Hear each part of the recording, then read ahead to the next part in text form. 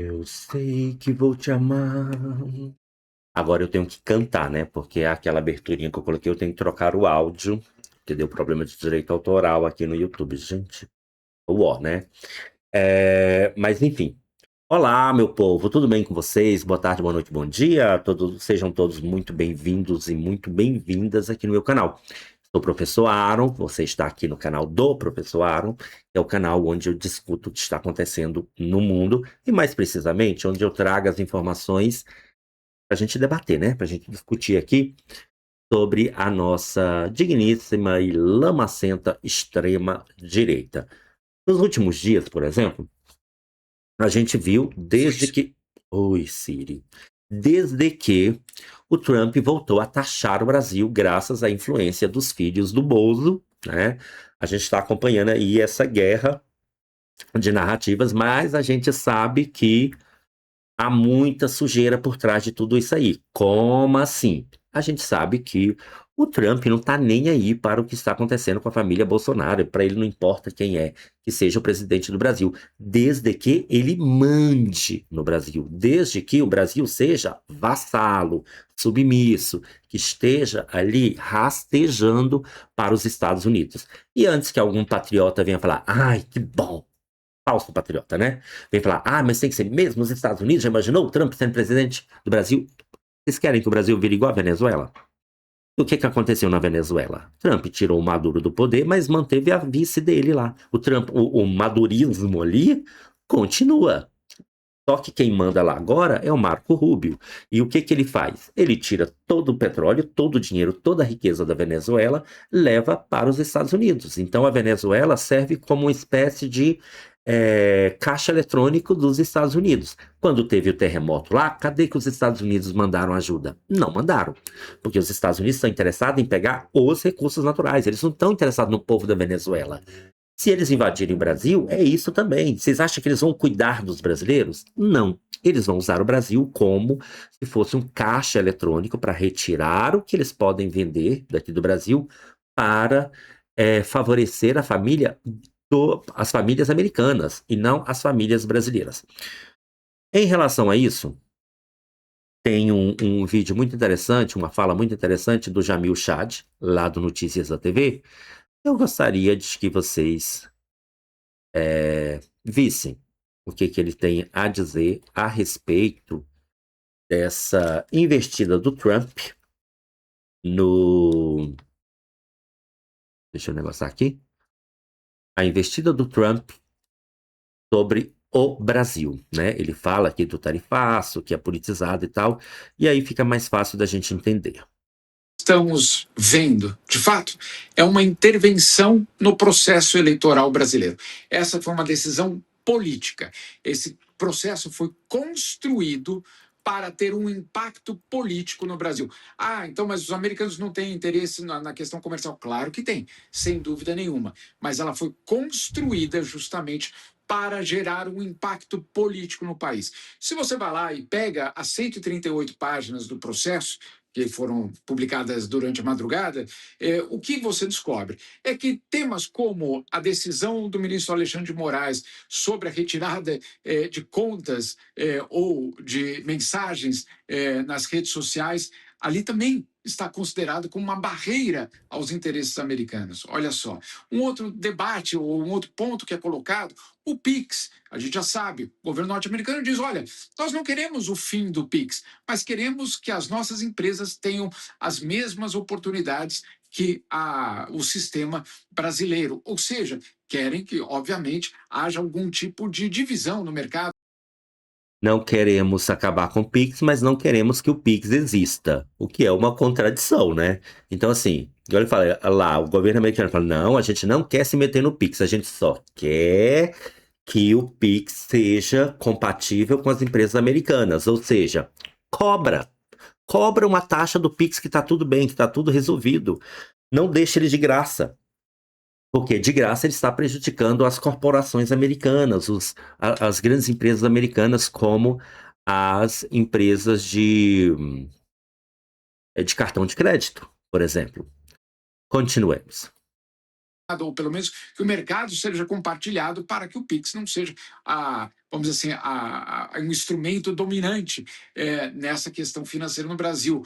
Mais um ponto muito complicado e que, obviamente, mexe com a soberania. Mais um ponto aqui, só para a gente também colocar nesse contexto. O governo norte-americano quer que o Brasil dê para os Estados Unidos os mesmos privilégios comerciais que o Brasil dá, por exemplo, para o México ou para a Índia, que foram acordos negociados com esses dois países ao longo de muitos anos. Então, o que nós estamos vendo, de fato, é uma tentativa deliberada, sim, de desmontar algumas barreiras que existem no Brasil, sem dúvida nenhuma, mas com um componente político muito evidente. Por que eu digo isso? Porque instantes depois da tarifa de 25% ser anunciada, o que nós vimos? Marco Rubio, que é um aliado da extrema-direita brasileira. Marco Rubio, que é o neonazista americano, né? Que é aquele moço lá que fica buzinando no ouvido do Trump. Ele chega a ser pior do que o Trump, porque ele é um cara que tem umas ideias muito, muito fascistas. E se dependesse dele, os Estados Unidos invadiriam todos os países do mundo e transformaria todo mundo em escravo dos americanos.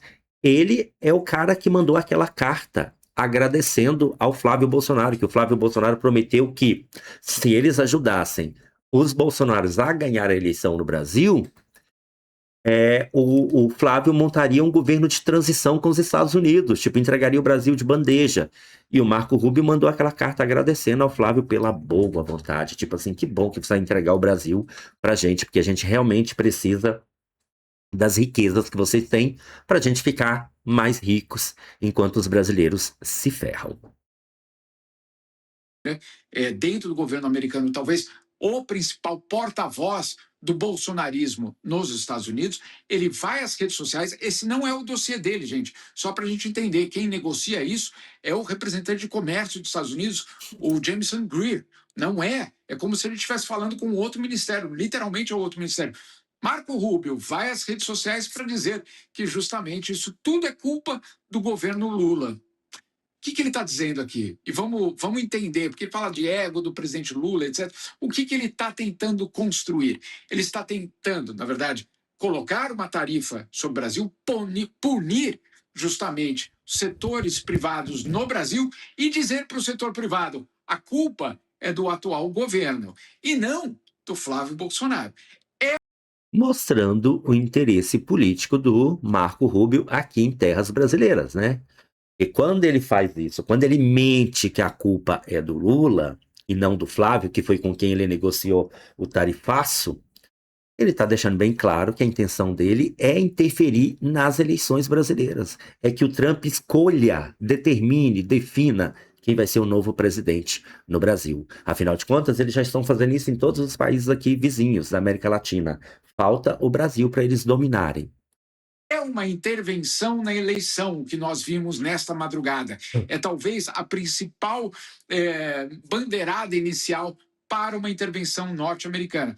Tarifa mais declaração.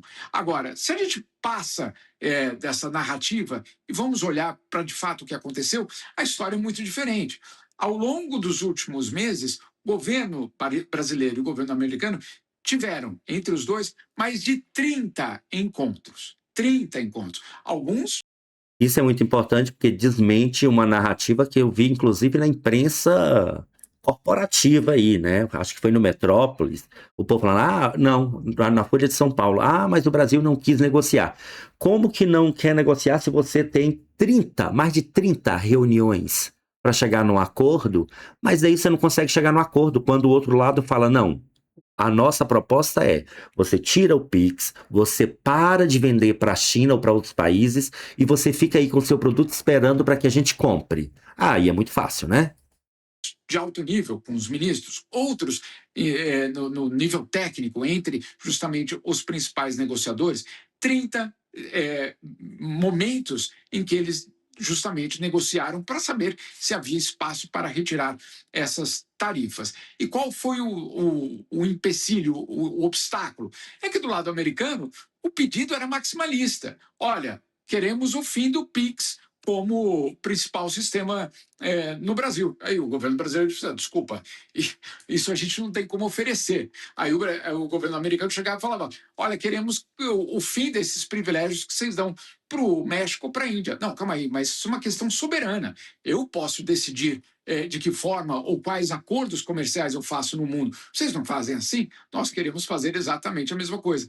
Então, como vocês veem, desculpa, e claro, o STF, Alexandre de Moraes. Então, como vocês estão vendo, os pedidos que Marco Rubio faz, ou pelo menos o governo norte-americano faz, para o governo brasileiro, são praticamente, eu diria, impossíveis de serem atendidos dentro de um contexto de relação soberana entre dois estados. Mas qual é a jogada?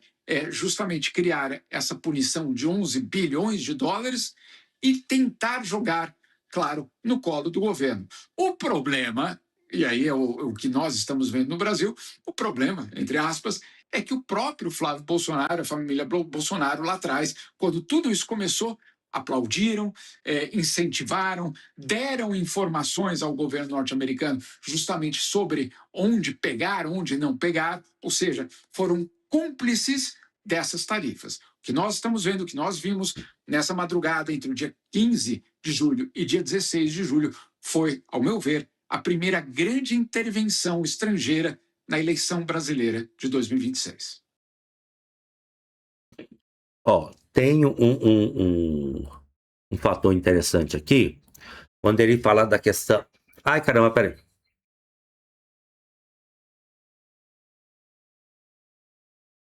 Escapou aqui. Sobre a questão do STF, há um fator muito interessante em relação ao STF aqui, qual a implicância do Trump em relação ao STF? É com as Big Techs, é com essas empresas, com as redes sociais, por exemplo. O Brasil está tentando controlar o que acontece nas redes sociais, porque a gente sabe que isso aqui virou terra de ninguém, então é o espaço para cometer os crimes mais absurdos, mas os americanos, mas no caso o Trump acha que não, porque ele, o pessoal da extrema-direita, acha que espalhar fake news, que contar mentiras, que ser misógino, ser transfóbico, ser racista na rede social é ok, é tranquilo. Mas no governo brasileiro a gente entende, a gente é ótimo, né? Nem sou do governo. O governo brasileiro entende que não, que crimes não devem ser tolerados. E eu vi hoje também um outro ponto interessante a respeito dessa guerra comercial, o Trump querendo colocar mais 12% de taxa, 12,5%, se não me engano, sobre os produtos brasileiros, alegando que o Brasil mantém trabalho forçado. Que a carga trabalhista no Brasil é muito extensa, que é quase uma escravidão. Olha que ironia, o governo brasileiro está tentando acabar com a escala 6x1, tentando dar mais um dia de folga para o trabalhador brasileiro. Quem é que está barrando isso? O Centrão e a galera da extrema-direita, inclusive o PL do Flávio Bolsonaro, que são contra isso e que estão tentando barrar esse projeto. E agora o Trump vem falar que o governo brasileiro trata o trabalhador como se fosse escravo. Essa gente é falsa, é hipócrita, é dissimulada, são cara de pau. Não dá pra gente confiar nesse tipo de gente. São pessoas perigosas porque são mentirosas contumazes. É impressionante. Um povo que usa o nome de Deus, que fala em Deus o tempo inteiro, mas mente a cada segundo. É impressionante. Mas enfim, quero saber qual é a opinião de vocês a respeito de tudo isso. Conta pra mim, eu quero saber, coloca aqui nos comentários. Eu espero que o ICL não venha barrar o meu vídeo por causa desse react. É isso, meu povo. A gente se vê a qualquer momento, tá bom? Vou nessa, mas vou... não se esqueça de comentar, curtir, compartilhar, tudo isso, tá? Porque a gente precisa de mais inscritos aqui no canal. Eu vou, mas eu volto.